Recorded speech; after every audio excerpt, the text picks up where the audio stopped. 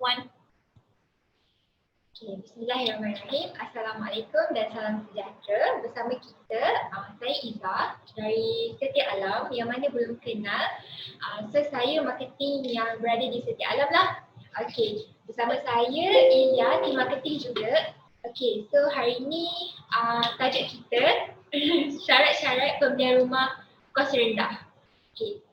Okay, kita jemput Cik Rafiki untuk start kita punya coffee break session lah. So Cik Rafiki boleh start lah. Dengar ke? Kalau dengar, tunjuk good.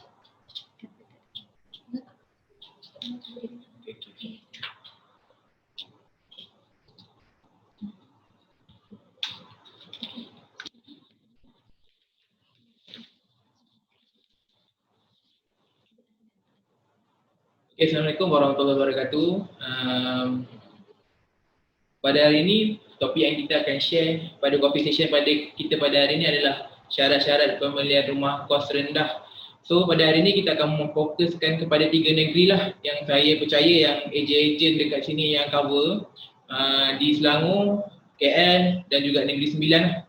So pada hari ini kita akan tengok secara ringkas tapi padat, apakah syarat-syarat dia, apa dokumen diperlukan dan macam mana kita nak kenal pasti rumah tu kos rendah ataupun tidak. So kejap lagi kita akan share satu slide lah. So nanti tuan-tuan boleh tengok slide lah yang kita share nanti. Dan juga kalau ada soalan, nanti kita akan buka sesi soal jawab lah dekat ujung nanti. So simpan soalan dulu. So nanti masa mungkin dah habis nanti kita buka sesi soal jawab. Nanti boleh tanyalah dekat ruangan chat. So nanti kita akan cubalah jawab. Oh, ada yang cakap suara tak clear. Suka buat sangat. Okey, dengar tak? Clear tak? Okey, clear tak? Dengar tapi tak sharp. Okey. Itulah sebab kita kalau boleh nak dengar yang apa semua orang dengar lah kan, supaya kita semua jelas kan.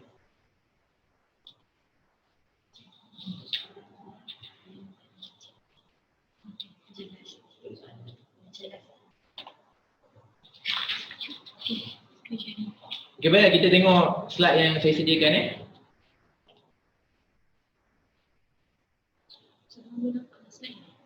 Sudah tak nampak kita.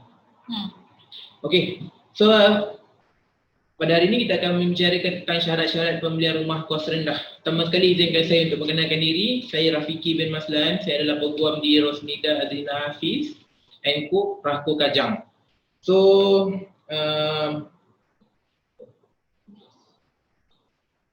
pertama sekali apa itu rumah kos rendah? So sebelum kita pergi lebih lanjut, kita kena tahulah apa itu maksud rumah kos rendah. Jadi ini ikut elemen daripada Lembaga Perumahan dan Hartanah Selangor, rumah kos rendah bermaksud mana-mana rumah, apartmen atau kediaman lain yang harga penjualannya ditetapkan oleh lembaga dari semasa ke semasa. Ataupun dalam arti kata lain, satu pembelian rumah yang diklasifikasikan kos rendah oleh kerajaan, yang mana untuk penjualan rumah kos rendah ni, dia perlukan kebenaran daripada badan-badan tertentu. Dia mengikut negeri masing-masing lah. So, apakah tujuan sebenarnya kerajaan memperkenalkan rumah kos rendah ni? Sebab dia adalah bertujuan untuk menyediakan kemudahan kediaman kepada golongan yang berpendapatan rendah. Berpendapatan rendah ni maknanya golongan ni, seperti kita tahu majoriti rakyat Malaysia ni ada golongan B40. Maknanya ni kerajaan nak tackle golongan ni untuk sediakan satu perumahan untuk mereka supaya dapat meningkatkan kualiti hidup rakyat dan juga membasmi kemiskinan.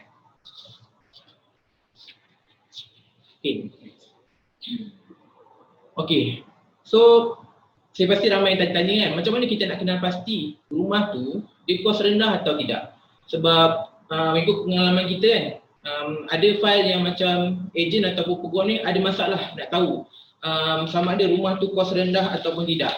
Dia ada sebab lah kenapa kesukaran tu berlaku. Yang pertama, owner sendiri tak tahu rumah tu kos rendah. Contohlah dia beli rumah tu dah 20 tahun. Dia sendiri pun dah tua dan dia pun tak ingat rumah tu kos rendah ataupun tidak.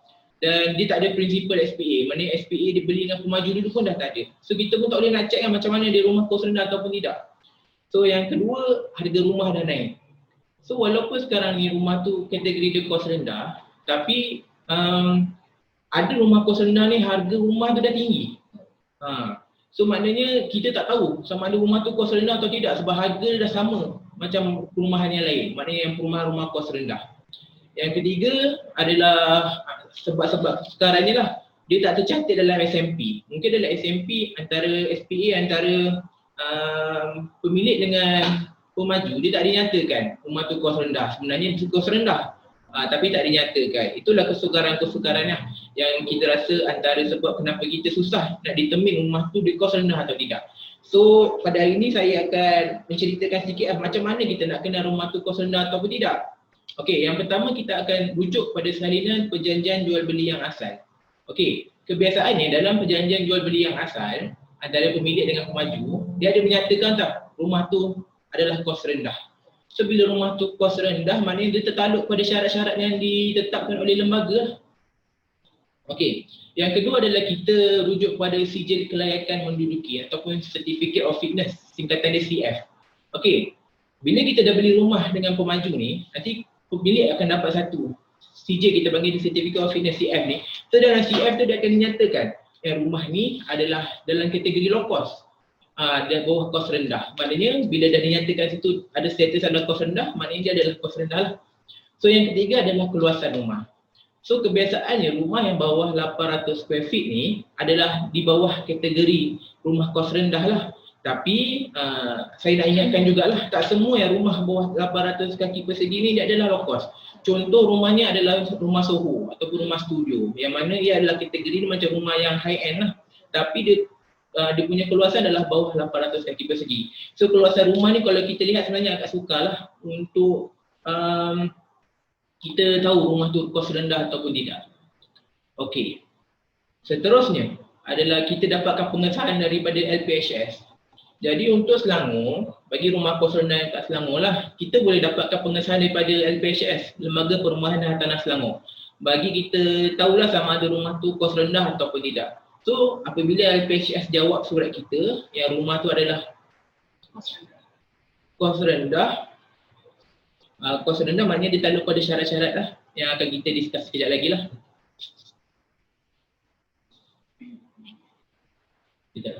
Okey, yang kelima adalah kata kongsi info tidak terhad pada rumah kos rendah Selangor sahaja. So kita lanjut. Okey, yang kelima adalah pengesahan daripada pemaju.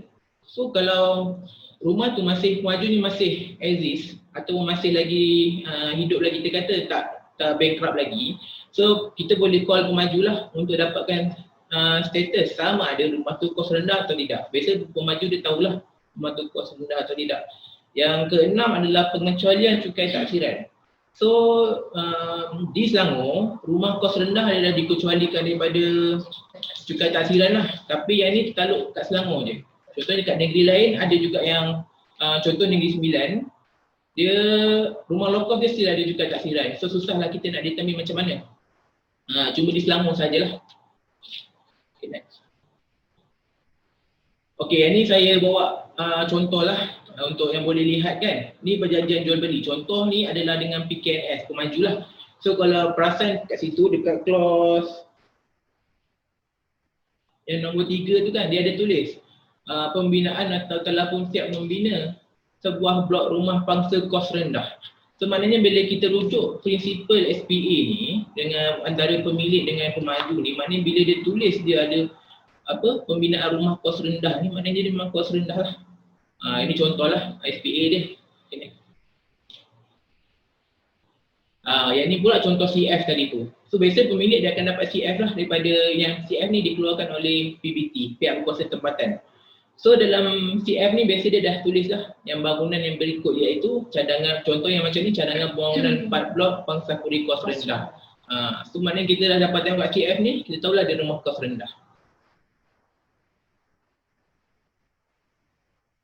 Okey, yang ni pula macam Selangor tadi, kan macam yang saya cakap tadi, ada yang untuk Selangor, cukai pintu ataupun cukai taksiran ni, untuk rumah kos rendah adalah dikecualikan. So macam ni lah, nanti pihak berkuasa tempatan, dia akan keluarkan satu notis pemberitahuan lah, pengecualian cukai taksiran. Yang macam ni, contoh dia macam ni lah. Okay.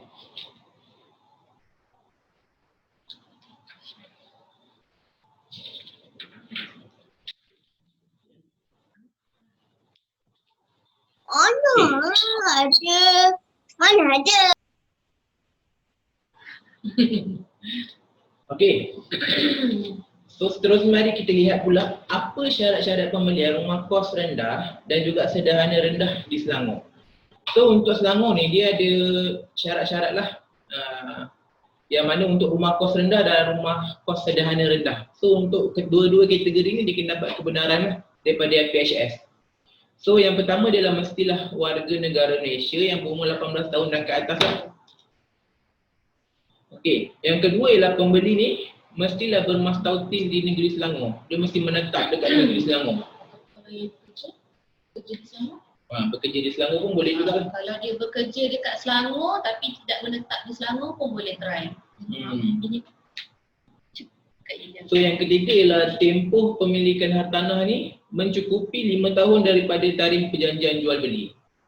Okey, maknanya pemilik tu dia mestilah memiliki rumah tu dalam tempoh 5 tahun. 5 tahun. Maknanya kalau contohnya lah dia dah jual dekat orang lain, contoh dia jual dekat pembeli, so pembeli tu mestilah memiliki rumah tu dalam tempoh 5 tahun sebelum cukup 5 tahun barulah dia boleh jual dekat orang lain. Okey. Dan yang keempat adalah pembeli dan pasangan mestilah tidak memiliki sebarang rumah di negeri Selangor atau dalam kawasan Lembah Kelang. Maknanya kalau dia dah berkahwin dengan pasangan lah, pembeli ni dengan pasangan ataupun belum berkahwin, pembeli sahajalah. Dia mestilah tak ada rumah dekat area Selangor dan juga Lembah Kelang. Lembah Kelang lah. Okey. Ya. So ada had pendapatan lah. Had pendapatan untuk rumah pembelian rumah kos rendah dan sederhana rendah di Selangor lah. So yang untuk harga pasaran, dia akan rujuk pada harga pasaran rumah tu lah. Maknanya harga yang kita nak jual, maknanya mestilah selari dengan harga pasaran lah. So untuk harga pasaran yang RM100,000 dan ke bawah, had pendapatan isi rumah adalah RM5,000. Dan yang kedua, harga pasaran yang RM100,000 RM1 sehingga RM250,000, had pendapatan isi rumah adalah RM7,000. Yang ketiga, harga pasaran RM250,000 RM1 tu sehingga RM300,000, had pendapatan adalah RM9,000. Maknanya dan last sekali yang untuk harga pasaran yang lebih RM300,000 dan ke atas, had pendapatan adalah RM10,000. So mungkin ada yang tertanya had pendapatan ni macam mana nak kira kan? So had pendapatan ni kalau dah berkahwin, dia isi rumah lah, had pendapatan isi rumah. Maknanya ni kena ikut husband and wife. Dia tak boleh husband saja. Tapi kalau untuk pembeli yang masih lagi bujang, so hanya pendapatan dia sahajalah. Mana tak ada pasangan kan? Okey, so untuk pendapatan tu biasanya LPHS akan tengok kepada gaji pokok, basic salary. Maknanya sebelum tolak lah, sebab mungkin dah tolak tu mungkin gaji orang akan kurang kan. Tapi dia akan tengok pada gaji basic yang itu kita dimaklumkan oleh LPHS lah. Okay, so next. Okay, seterusnya pula syarat-syarat pembelian rumah kos rendah di wilayah Persekutuan Kuala Lumpur. So untuk KL ni, dia tak ada prasyarat yang perlu dipenuhi oleh pembeli. Maknanya siapa-siapa boleh beli. Cuma dia rumah kos rendah tu mestilah telah dimiliki oleh penjual ataupun pemilik yang asal 10 tahun daripada tarikh perjanjian jual beli yang asal. Maknanya perjanjian jual beli dia dengan pemaju lah sebelum hendak dijual kepada pembeli. So dia ada perbezaan sikit lah dengan Selangor tadi. Selangor tadi tempoh pemilikan oleh owner tu mesti cukup 5 tahun. Contohnya lah A beli dengan pemaju. Bila A beli dengan pemaju, A kalau nak jual dia kena cukup 5 tahun baru boleh jual. So maknanya A nak, lepas tu A jual kat B, dah cukup 5 tahun. So B kalau dia nak jual kat C, so maknanya B ni kena memiliki rumah tu dalam tempoh 5 tahun. Baru dia boleh jual kat C. Tapi dia beza sikit dengan Kuala Lumpur ni, dia tengok perjanjian jual beli yang asal. Contohlah A beli dengan pemaju. So A ni sebelum dia jual kat B, dia kena cukupkan tempoh 10 tahun. Sebab kita ikut daripada tarikh perjanjian jual beli yang asal. Okay. So bila dia dah jual dekat B, dah tak ada syarat lah tempoh pemilikan berapa lama. Maknanya B dia nak jual immediately pun boleh, tak ada masalah. Oh. Kos rendah Kuala Lumpur ni, okey, kebanyakan di kawasan tu kan dia border. Okey. macam mana kita nak tahu itu adalah Kuala Lumpur dan Selangor yang line border tu? Okey, biasanya kita akan tengok kepada ni lah, kepada geran. Geran. Ataupun biasa kalau kita apa-apa pun kalau ni kita akan tengok kepada, kita akan buat carian lah. Maknanya kita nak tengok rumah tu dia ada Selangor ataupun ada Kuala Lumpur lah. Sebab ialah ada isu sempadan kan.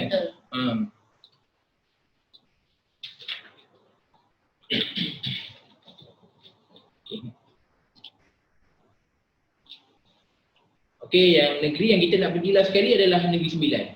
Okey, so Negeri Sembilan ni syarat dia lain sikit lah daripada KL dengan Selangor kan.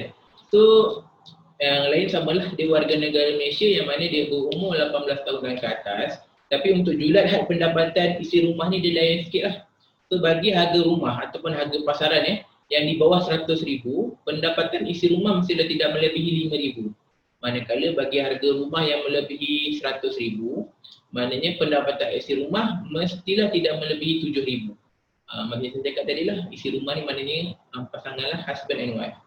Dan juga pembeli dan atau pasangan mestilah tidak memiliki mana-mana tanah.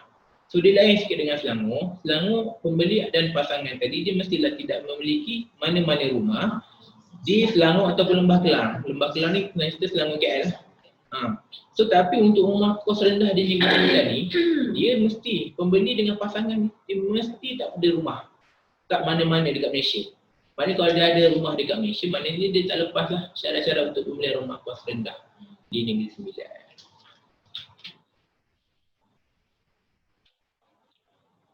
Okey. So berikut adalah dokumen-dokumen yang kita perlukan lah daripada pembeli dan juga penjual. So kita kalau di firma Guaman ni kita appreciate lah kalau ejen pun boleh bantu kita lah untuk at least sediakan dokumen lah. Maknanya kita sama-sama sediakan dokumen untuk kita buat permohonan untuk kebenaran pindah milik rumah kos rendah lah. So antara dokumen kita perlukan yang pertama adalah salinan perjanjian jual beli yang asal. Maknanya perjanjian asal maknanya yang dibeli dulu. Maknanya lepas tu yang kedua adalah salinan perjanjian jual beli yang terkini lah. Maknanya yang terkini yang dijual kepada pembeli tu. Lepas tu kita juga nak penyata cukai taksiran dengan cukai tanah lah. Maknanya dah berbayar lah. Lepas tu biasalah salinan mycard penjual, mycard pembeli dan pasangan lah sekiranya dah berkahwin. Lepas tu mesti adalah sijil kahwin untuk yang dah berkahwin. Lepas tu yang kalau yang ada anak kena bagi sekali lah salinan mycard ataupun sijil kelahiran. So tapi kalau yang bujang yang bekerja dia mesti dapat surat akuan bujang daripada syarikat. Ataupun Suruhjaya Sumpah lah. Lepas tu seterusnya adalah kita perlukan juga penyata gaji terkini daripada pembeli, dan kalau berkahwin sekalian dengan pasangan lah. So kalau tidak bekerja ataupun bekerja sendiri, dia mesti buat surat akuan tidak bekerja lah ataupun bekerja sendiri oleh Suruhjaya Sumpah. Lepas tu kita juga nak menyatakan USP kalau dia carum lah EPF. Yang seterusnya adalah salinan sikris pembeli dan pasangan lah kalau dah berkahwin. Dan sekali adalah salinan bil TMB dan juga bil air. Bagi rumah yang diduduki sekarang. Sebab contoh macam Selangor tadi kan, dia mestilah menetap atau bekerja di Selangor kan. So kita perlukan dokumen tu sebab LPHM nak tengok betul ke tak dia duduk dekat Selangor lah. Lepas tu kita perlukan salinan bil elektrik dan bil air lah yang diduduki sekarang. Okay.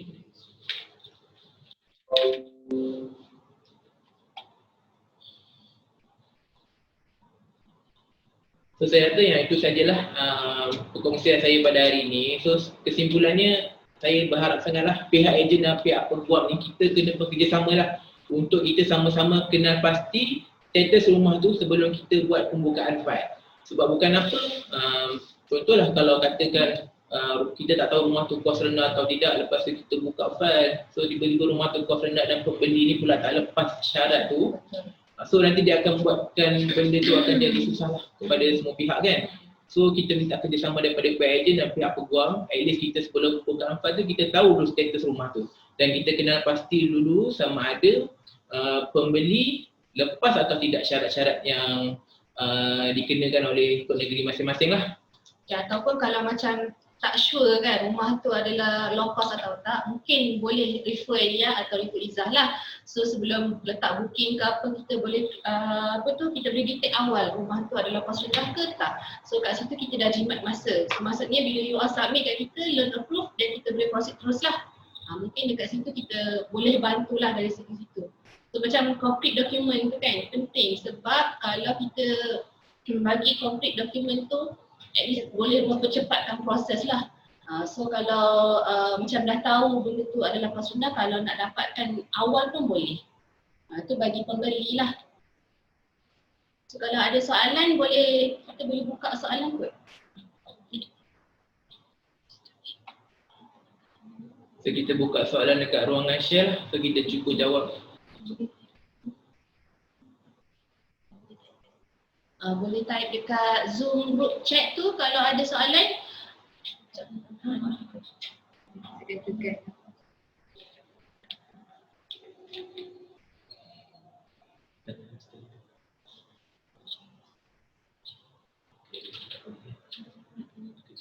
Dia sebab Kalau yang macam tu kan, sekarang lah kita fokus nanti buku-buku kan. Kalau macam kita boleh belajar. Okey, untuk soalan daripada Miss Lina, so far untuk hari ni kita fokus on 3 negeri saja sebab memang banyak. Kalau kita fokus semua negeri nanti panjang lah. Okey, mungkin nanti kita akan buat lagi coffee break untuk kita punya negeri yang lain-lain lah. So kita pun tengah cuba untuk buat research untuk negeri-negeri lain. Kalau yang macam 3 negeri ni memang so far aku banyak buat lah. Okay, untuk negeri-negeri lain insyaAllah kita akan buat akan datang.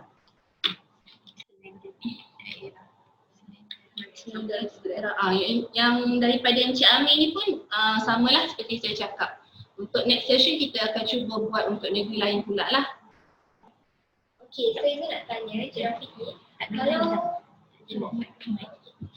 so saya nak tanya, okay, wakil daripada ejen lah, kebanyakannya kadang-kadang rumah low cost ni mereka dah berkahwin, tapi tangga gaji diorang lebih sikit je daripada yang dinyatakan tu. Kalau macam tu macam contohlah tangga gaji daripada bawah rumah 200 tu, dia tak boleh lebih daripada 7,000, tapi dia terlebih dalam 7,500 macam tu. So kalau ikut kita kena comply dengan syarat-syarat yang ditentukan oleh setiap negeri tadi lah kan, untuk pembelian rumah kos rendah tu. Cuma saya nak ingatkan jugalah untuk rumah permohonan kebenaran pindah milik rumah kos rendah ni pun, apa-apa pun tertakluk kepada approval daripada badan-badan yang tertentu tu lah. Macam contoh di Selangor di LPHS. So kita pun tak ada nak cakap kalau terlebih tangga gaji tu confirm akan tak lepas. So mungkinlah kita boleh buat rayuan apa ataupun tidak kan. Tapi untuk syarat-syarat tu kita akan cakap lah. Untuk syarat-syarat tu memang dia tak lepas. So kalau ni terlebih tangga gaji tu, maknanya kita akan ni lah. Mungkin kalau nak proceed juga kita mungkin boleh buat rayuan. Okay. So ni untuk soalan daripada Puan Azwin. Untuk low cost, kalau buyer ada property lain di Negeri Sembilan, boleh beli property low cost di KL Selangor. Okey, untuk KL tak ada masalah lah sebab dia tak ada prasyarat untuk daripada pemilikan rumah tu. Tapi untuk Selangor dia mestilah tidak memiliki mana-mana rumah dalam Selangor ataupun Lembah Kelang. So kalau dia ada rumah dekat Negeri Sembilan, it should be okay lah, tak ada masalah lah. Jika buyer ada property di Selangor dan nak beli rumah tu.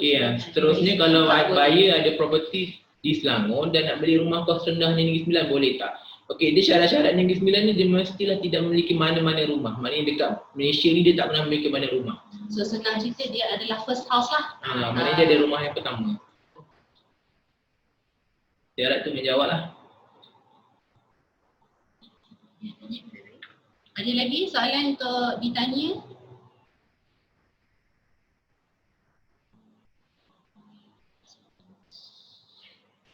Ada yang kata nama kenal ini waktu border lah. So itu depends on negara kita tak tahu. Keputusan. Ada yang kat sebab border kan. Ada keputusan. Oh ya, sorry. Sampai sini dari Negeri Sembilan. Macam Selangor border Negeri Sembilan. Yang tu kita akan tengok pada geran lah kan. Dia kalau border-border ni Dia memang masuk di lembah kelangkang tak boleh ke mana-mana rumah. Ada dia masuk dekat Negeri Sembilan. Ni ada yang kata lembah kelang ni merangkumi sampai satu area di Negeri Sembilan. Okey, so kalau setahu kita lah, Lembah Kelang ni dia cover area Selangor dengan dengan KL lah. Tapi itulah sebab kita pun yang itu daripada pemahaman kita lah. So mungkin ada daripada FPHS tu sendiri pun kalau yang daripada experience kita pun dia memang merangkumi KL dengan Selangor sajalah. Tapi macam saya cakap tadi itulah, apa-apa pun dia tertaluk kepada keputusan daripada LPHS. next dia kan? Okey. Berapa lama biasanya dia Berapa masa nak tahu keputusan daripada LPHS sama ada suatu rumah tu lokus atau tidak? Okey, kebiasaannya kalau untuk dapat approval tu, mana dapat pengesahan. Pengesahan sama ada rumah tu lokus ataupun tidak. So biasanya dalam masa sebulan ke 2 bulan jugalah. Itu tertaluk juga kepada LPHS lah. Sebab ada pengalaman kita pernah dapat cepat, ada juga yang lambat lah. So nak kita kena tunggu lah daripada LPHS sendiri. Okay. So soalan dari Miss Lina, kadang-kadang agak sukar untuk dikenal pasti rumah low cost landed. Boleh bagi sikit. Landed pun Okey, sebab rumah low cost ni dia bukan cover rumah flat sahajalah. Ada juga rumah yang teras tingkat, ada yang teras 2 tingkat. So saya faham lah kenapa susah kita nak determine rumah tu kos rendah atau tidak kan, lagi-lagi di Selangor ni. Sebab harga rumah pun sendiri harga rumah kos rendah sendiri pun dah tinggi. Dah sama macam rumah lain. So macam saya tanya tadi lah. So mungkin boleh tengok area itulah. Okay. Kalau macam pengalaman saya pernah berurusan dengan unit perumahan Negeri Sembilan. Negeri Sembilan ni pun dia tak tetapkan syarat pun macam mana kita nak tahu rumah tu kos rendah ataupun tidak. So ayat diorang macam mana, dia tengok kawasan perumahan tu. Maknanya kalau kawasan perumahan tu dia agak kata berstatus bawah sikit lah, mungkin agak buruk macam tu lah ayat dia. Macam tu lah. So rumah tu dia lah. So rumah tu low cost lah, itu ayat diorang. So untuk yang landed tadi tu, walaupun kita nak tahu macam mana pun, kalau kita rasa rumah tu low cost, kita kena dapatkan pengesahan dulu. Maknanya nak kita kena tengok juga perjanjian jual beli yang asal. Kita kena balik pada basic tadi lah, tengok perjanjian jual beli yang asal, ataupun kita tengok cukai pintu ke kalau kat Selangor. Okay, macam mana kita nak bezakan dalam geran tu low cost dengan medium cost? Okay. So agak sukar juga sebenarnya kita nak bezakan dalam geran tu, sebab ada geran dia tak tulis dia low cost atau tidak. Cuma kalau rumah tu bukan low cost, kadang ada geran tu dia tulis selain rumah kos rendah, maknanya dia bukan kos rendah lah. So daripada geran tu kita susah nak determine lah kalau untuk rumah tu low cost atau tidak lah. So better kita kena tengok macam biasa dulu. Kita tengok dekat SPA ataupun kita rujuk balik dengan pembeli ataupun maju, ataupun kita dapat pengesahan sendiri. Okay, dari Miss Lina, sebab dalam SMP tu tak ada kata tentera low cost. Saiz kadang-kadang lebih sikit dari 800 square feet. Memang cukai pintu tak ada, akan ada pada low cost dia tuan. Okay, so cukai pintu yang saya cakap tadi tu yang tak ada tu, pengecualian cukai taksiran tu, dia adalah untuk Negeri Selangor saja. Maknanya untuk KL dengan untuk Negeri Sembilan dia mesti ada juga taksiran. So susah juga lah kita nak tahu dekat situ kan. So apa-apa pun kalau tak ada tentera, yang pertama kita boleh dapat pengesahan daripada pemaju lah, kalau pemaju masih ada. Kalau tak ada pemaju tu tak ada, maknanya kita kena dapatkan confirmation daripada badan-badan tu lah, LPHS ke. Okey, daripada Azwin Rozali. Okey, biasa low cost ni tak perlu bayar cukai pintu kan? Dia tak perlu bayar. Dia takluk pada kerajaan negeri juga. Kalau ada LP, ada bajet. Okay, so apa beza rumah kos rendah dan rumah sederhana rendah? Okey, macam saya cakap tadi lah, rumah kos rendah dan sederhana rendah ni, dia yang differ benda tu adalah dalam Negeri Selangor saja. So kalau ikutkan kita differ pada enactment ataupun undang-undang daripada Lembaga Perumahan dan Tanah Selangor, dia tak ada pun perbezaan antara rumah kos rendah dan kos sederhana rendah. Dia perbezaan tu mungkin pada harga semasa pemilik tu beli dengan pemaju. Itu daripada segi harga dan bagi status rumah lah. So untuk kedua-dua rumah ni, untuk kos rendah dan kos sederhana rendah di Selangor memang kena dapat kebenaran juga daripada LPHS. Okey, daripada apa tu siapa? Mrs. Angie Yahya. Okey, di KL adakah jualan dan belian pun kena ikut syarat low cost? Sebab ada cakap KL tak ada low cost. Okey. So, sebenarnya KL dia ada je rumah yang status low cost. Cuma di KL ni sebab dia harga pasaran rumah tu dia dah melebihi dekat negeri lain. Contohlah rumah kos rendah tu di Seremban dan juga kos rendah tu di Wangsa Maju di KL. So harga perbezaan tu agak tinggi. So bila perbezaan tu agak tinggi, suka untuk kerajaan negeri ataupun kerajaan yang untuk tentukan sama ada syarat tak untuk pembelian rumah tu. Sebab maknanya harga rumah dah tinggi. So memang untuk KL sebenarnya boleh kita kata istilah dia tak ada syarat. Cuma kita kena lihat juga pada SPA yang asal. Maknanya perjanjian jual beli yang asal itu mesti cukup 10 tahun. Dia boleh jual dekat orang lain, tak ada masalah. Macam tu kalau ni kos rendah dalam transmission dan assembly. Kos rendah kalau tak juga. Apa perbezaan dengan low cost dengan medium low cost? Macam saya dah jawab tadi lah. Low cost dan medium low cost ni daripada segi definisi tu kerajaan negeri tak tetapkan apa perbezaan dia lah. So cuma untuk rumah kos rendah dan kos sederhana rendah ni mungkin ada perbezaan ni sebab daripada harga pembelian oleh pemilik masa dia beli dengan maju dan mungkin juga perbezaan daripada segi status rumah tersebut lah. So tapi untuk kedua-dua kategori ni di Selangor memang kena dapatkan kebenaran lah. Sebab tu bila tak ada perbezaan antara rumah low cost dan medium low cost ni, kerajaan negeri dia buat terus LPHS terus buat tadi yang julat pendapatan tadi tu kan, untuk rumah yang atas 100,000, bawah 100,000 macam mana, atas 300,000 macam mana. Itulah. Okay, so ada apa-apa soalan lagi? Boleh type je, nanti kita bacakan. Okay, daripada tweet. Okay, let's say owner tak pasti rumah dia tu low cost ke medium cost.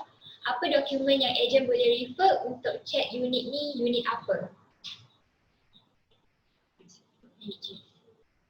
Okay, maknanya kalau owner tu tak pasti, kita kena dapatkan dulu dokumen daripada owner. Sebab besok owner dia akan simpan perjanjian jual beli yang asal. Maknanya yang tu kita kena tengok dululah. So andai kata pun dalam SPA pun tak tertera yang rumah tu low cost, so maknanya kalau tu kita kena dapatkan pengesahan dululah, baru kita boleh proceed.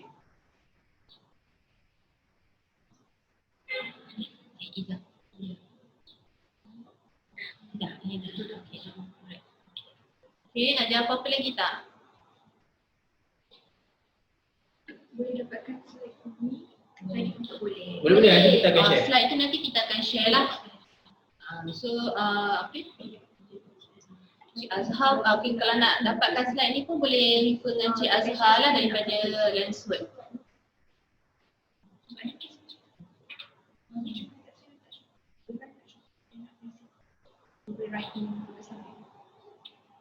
Sebenarnya kalau writing Cik Azhar tu kalau ada Jika tiket tadi pemilik boleh jual lepas 10 tahun, bagaimana dengan pembeli syaratnya?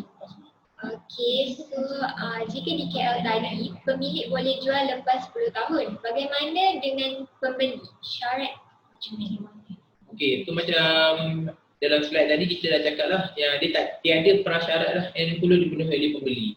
Maknanya siapa-siapa je boleh beli, cuma rumah tu mestilah telah dimiliki oleh penjual yang asal tu lebih 10 tahun. Maknanya tak ada syarat-syarat kepada pembeli. Benda lain sikit lah dengan Selangor dengan Negeri Sembilan tadi.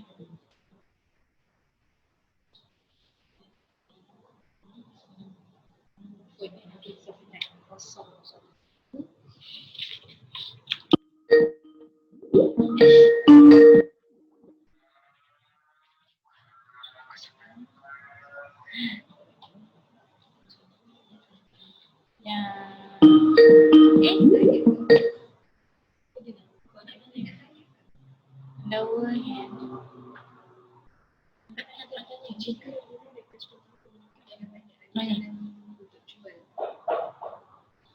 Maksudnya dia nak jual juga 15 bed and ada apa-apa. Dia tengoklah dia boleh. Dia penting. Okey, so jika di KL tadi, pemilik boleh jual lepas 10 tahun. Bagaimana dengan jika kurang daripada 10 tahun, pemilikan bagaimana? Ada jalan untuk jual lepas di KL? Okey, so kalau untuk rumah yang maknanya tak sampai 10 tahun lagi lah. So kalau ikutkan tak sampai 10 tahun lagi daripada perjanjian jual beli yang asal tu, maknanya kalau ikutkan tak lepas syarat lah untuk apa penjualan rumah low cost di KL kan. So memang tak boleh lah. Tapi kena tengok juga Puan, mungkin owner tu adalah owner yang kedua. So boleh check lah kalau owner tu owner kedua, memang masa dia beli dulu memang rumah tu dah cukup 10 tahun dah. So maknanya kalau dia owner kedua, should be no problem lah, kurang daripada 10 tahun. Dia asalkan daripada pemilik yang asal tu, dia mestilah telah memiliki rumah tu daripada tarikh perjanjian jual beli tu mesti dah lebih 10 tahun.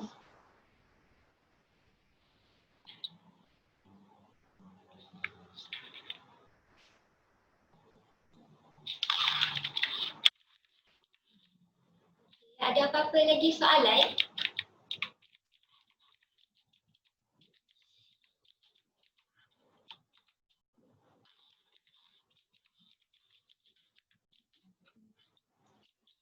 Okey, saya rasa itu sajalah. So nanti kita akan share nombor marketing kita dekat ruangan chat. So kalau ada apa-apa boleh hubungi kita lah. Ilya ataupun Iza ataupun saya sendiri boleh juga. So kalau ada pertanyaan kan. So bukan apa kalau bertanya tu maknanya kita tahulah kita sama-sama nak determine dulu lah rumah tu, status rumah tu dulu. Maknanya sebelum kita kumpulkan file kan.